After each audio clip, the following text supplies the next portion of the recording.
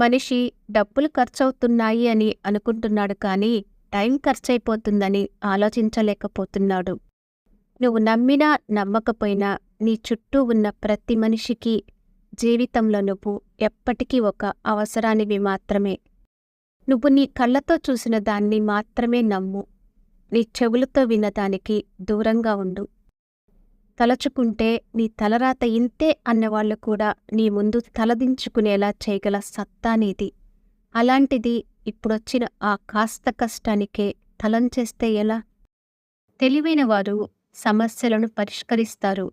మేధావులు అసలు సమస్యలు రాకుండా ఆపుతారు. తీవ్రమైన ఆకలితో ఉన్నా, కష్టాల్లో ఉన్నా కూడా ఇటువంటి నలుగురు వ్యక్తుల దగ్గర మాత్రం ఎప్పుడూ సహాయం అడగకూడదు. మొదటివారు శత్రువులు. ఎంతటి కష్టం వచ్చినా శత్రువులని సహాయం అడగకూడదు. ఎందుకంటే శత్రువు అనేవాడు మనల్ని ఎలా నాశనం చెయ్యాలి, ఎలా అంతం చేయాలి అనే చూస్తుంటాడు. రెండోవాడు అహంకారులు, పొగరబోతులు.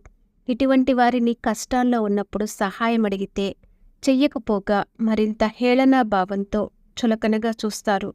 నిందిస్తూ దెప్పి పొడుస్తారు. కాబట్టి ఇటువంటి వారిని సహాయం అడగకూడదు. మూడవవారు ఈర్ష్య, ద్వేషం, అసూయపరులు. ఇటువంటి వారిని సహాయం అడిగితే మనకే నష్టం కలుగుతుంది. నాలుగవవారు తాగుబోతులు, తిరుగుబోతులు. ఇటువంటి వారిని సహాయం అడగకూడదు. సమస్యలొస్తే గందరగోళం పడకు. నువ్వు విజయం సాధించాల్సిన పరీక్షలుగా భావించి వాటిని ఎదుర్కో. నీ కండల్లో బలముంటే సిపాయిగా మిగిలిపోతావేమో. అదే నీ ఆలోచనల్లో బలముంటే రాజువై ప్రపంచాన్ని ఏలుతావు. జీవితంలో భయపడటం మొదలు పెడితే నటించడం అలవాటుగా మారుతుంది. ప్రతీకారం తీర్చుకోవడానికి ఎప్పుడు ప్రయత్నించకు. కుళ్ళిన పండు ఏదో ఒకరోజు నేలరాలక తప్పదు. దూరం నెట్టేసే చోట దగ్గరవ్వాలని అనుకోకు. ఒక మంచి భర్తగా ఉండాలంటే అతడు చెవిటివాడి వలె ఉండాలి. ఒక మంచి భార్యగా ఉండాలంటే ఆమె గుడ్డిదానిలాగా ఉండాలి. జీవితంలో నువ్వు పడిపోవచ్చు, పరాజయం పొందొచ్చు, నిరాశకు గురి కావచ్చు. కానీ నువ్వు తిరిగి పైకి లేవగలవు, విజయం సాధించగలవు, అన్నిటినీ అధిగమించగలవు. అది నీపై నీకున్న నమ్మకం మీద ఆధారపడి ఉంటుంది.